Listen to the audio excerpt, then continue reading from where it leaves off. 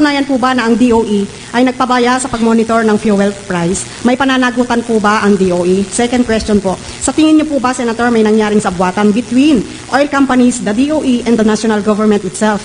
And the third po, may chance pa po ba na maibalik sa dating presyo ang produktong petrolyo sa anong pamamaraan? Tatlong tanong yun, ha?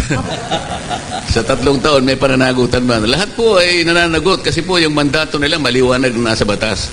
Hindi lamang po nila i-monitor, ipapublish, itatrack po nila yung movement ng presyo, pati po yung inventaryo, ang galaw ng inventaryo, nadidetermine po nila yung kasapatan po ng ating pangangailangan sa langis. Every day ang nakalagay po. Hindi po tayo dapat ma-surprise.